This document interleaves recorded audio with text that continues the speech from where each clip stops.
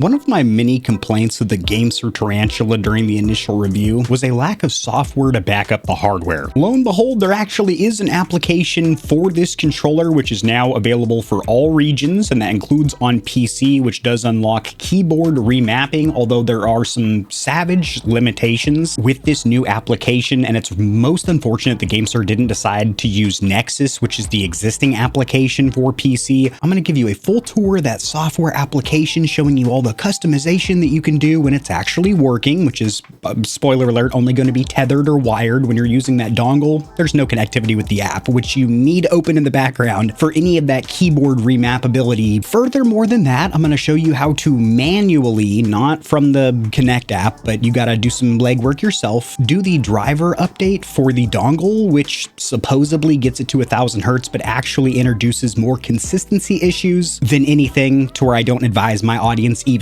does the update until GameSir releases a new patch or update, a further iteration, a new build, because whatever dongle update they're using, it's actually causing more harm than good. And I'm glad that the Kinect app for PC exists now. It is a substantial step down from Nexus, and it appears as if future controllers are going to be using this Kinect and not Nexus. So I hope it gets better over time, which I'm sure it will if that's going to be GameSir's primary application for PC moving forward. And the interface looks good.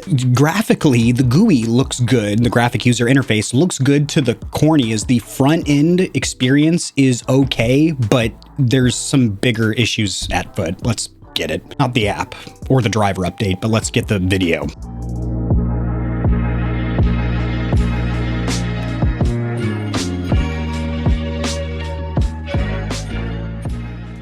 So first of all, finding this application is way harder than it should be for any customer. It's not on the box that it's a key feature. It's not on the landing page that there's software support for it. And who the hell reads the instruction manual, let alone the fine print on the last page letting you know that there's a new app. Furthermore, once you actually get the application installed, whether you take the Google Play Store or iOS iPhone route, or you install the PC application, which is now region unlocked, meaning you can install it anywhere. So on the GameSir website, on the main banner, they're plugging the Tarantula because that's their latest and greatest model. But you come over here to software, and I've shown this page probably a dozen times in my reviews. GameSir Nexus, that's always been the PC application. GameSir Connect, that's always been the mobile phone application. Or actually, it was just called GameSir app. They didn't even call it Connect. Yeah, it's just called the GameSir app for Google Play and iOS. Terrible reviews on both. Shit reviews on both. Then we have the T4 Khaled app, which is another one that I've done a full tour or walkthrough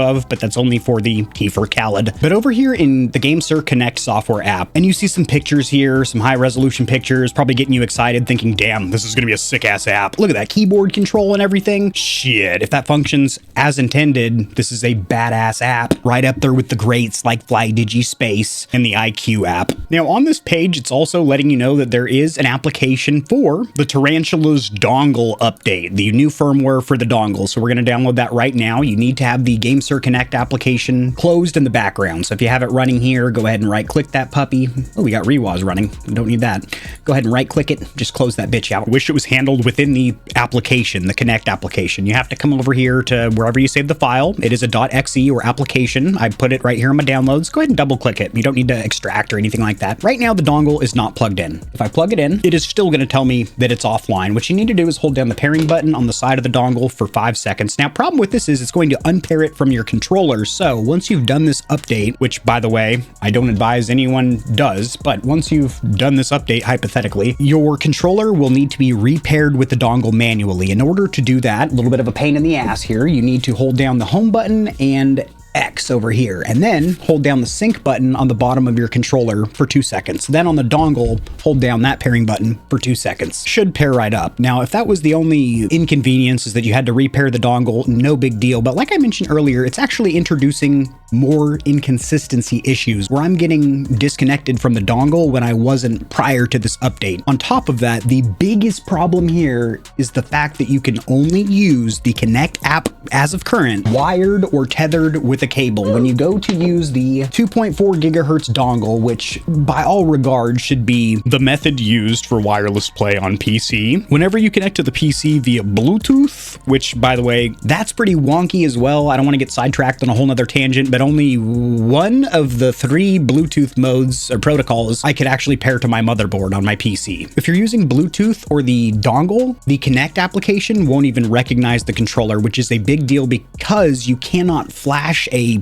remap for all 9 of the buttons without the Connect app open. Some controllers, like for example the Scuff and Vision, have a memory mode. Also the FlyDigi controllers do this as well, to where it saves to the controller itself, to where when you take it off the PC to a console, in this case the Switch, because that's what the Tarantula is for, all your bindings are there. It does not work like that. You need Connect running in the background, much like your peripherals for your PC, whether you got Corsair, Logitech, Razer. You have to have that application in the background so it remembers what RGB color you want and what sensitivity on your mouse. So in order to use the cool features that I'm going to show you in the Connect app with the keyboard binding, where you can Alt-Tab out of applications from your controller and start OBS recordings and all that fun stuff, can only be done when you're playing wired or tethered as of current. And on top of all of this, the controller will actually come unpaired wired, which I've never seen before. When you're wired, how the hell is a controller going to lose connectivity? You're tethered by wire. I don't know if it's because of the dongle update. That wouldn't make sense because I'm tethered. Or if it's just the fact that I'm using Connect in the background and that's causing some issues. But whenever I close Connect and I don't have that running, then I have a rock solid connection when wired. So it seems like the Connect app is causing some issues where it's just making my controller not work, period. And if you want all the cool features where you can do keyboard bindings and stuff, you need to be wired as of current with Connect, because the dongle or Bluetooth doesn't recognize the controller. Also, a little more fun for the person that's bought this controller, the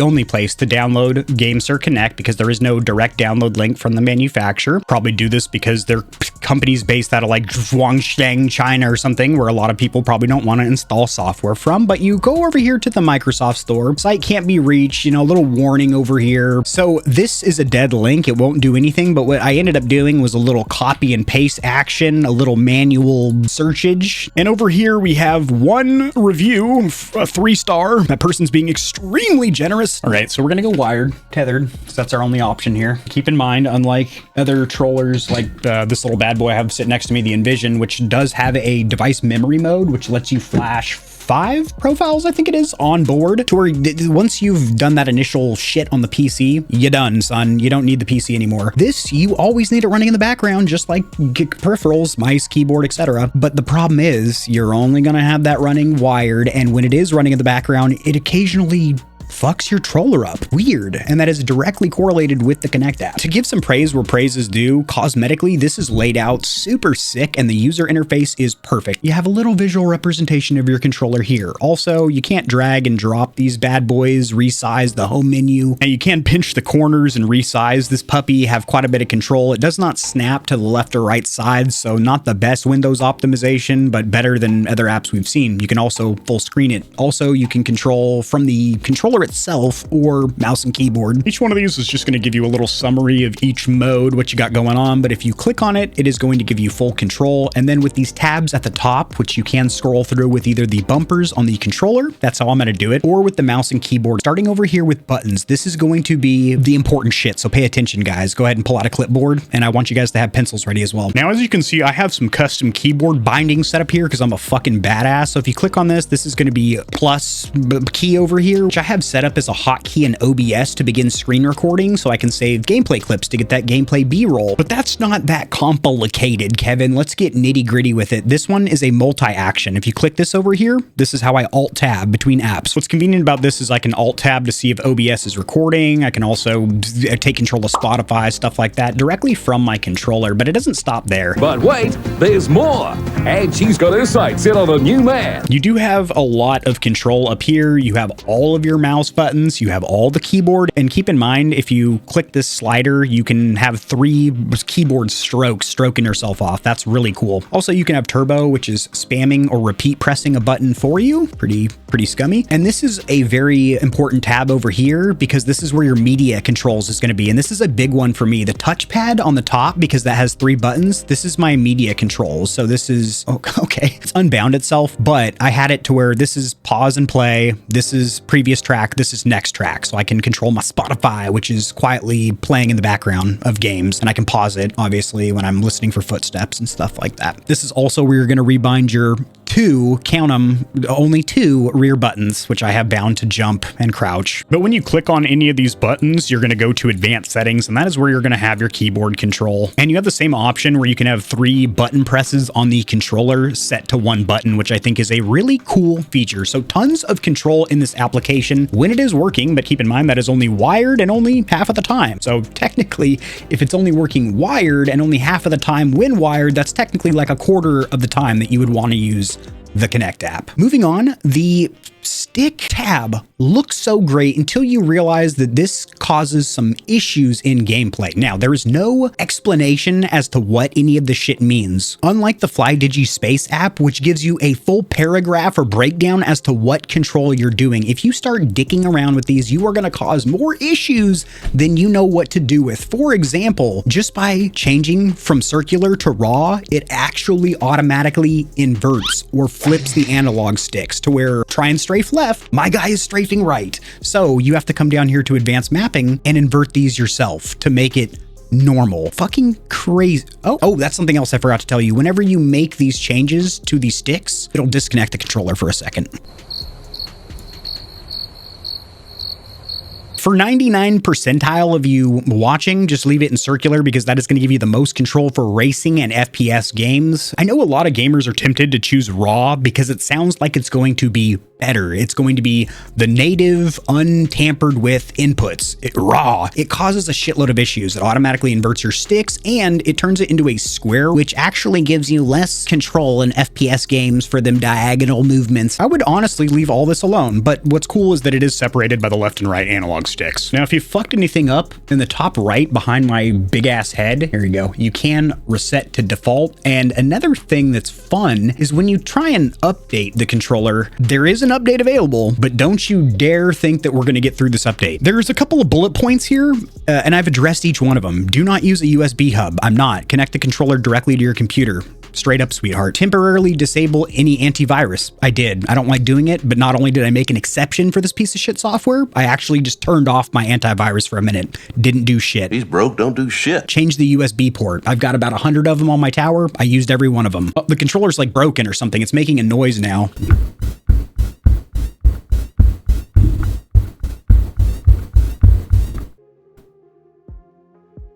It almost sounds like the controller has a heartbeat, or it's like the twin pistons on a Harley V-twin going back and forth. Controller's crap. Up. So that's weird. We're going to unplug the controller, plug it back in. Boom, we're back. Just some of the fun. Now over here in motion, this is going to be for the 6-axis gyroscope motion aiming. Awesome that this controller has this feature for the people that actually use it. Sure, it will be fun for the people that are going. Not a lot of you watching. There's some gyroscopers out there and they are loud and proud from the back of the audience. They want this feature. It's here. Tons of control of it too. You got your dead zone. You got your this. You got your that. Triggers. It is separated by the left and right. Fantastic. You have what you would expect from any pro controller software. You have your dead zones for the trigger. And then you have a hair trigger mode, which keep in mind, this does have physical trigger locks, which become a mechanical mouse click, which were much too light. I mentioned that during my initial review, but you do also have a digital or software hair trigger mode right here. Vibration, there's no trigger motors to control impulse triggers. It's just the palm grip motors, which keep in mind, this doesn't have the low end rumble force and doesn't have haptics either. This uses the Rumble Plus or Rumble HD motors. And then last but certainly not least, you have your RGB. I keep mine off to save a little bit of battery life. That's another complaint I had, is that GameSir mentioned there's a 1200 milliamp hour battery on board. That's fantastic, but they mentioned nothing about the charge time or playtime. Left it to the internet. Tons of varying information. Some people say there's like 6 hours. Some people are saying 20 hours. Amazon just says hours of playtime. Yeah, you know what? I think I will. And I think I'll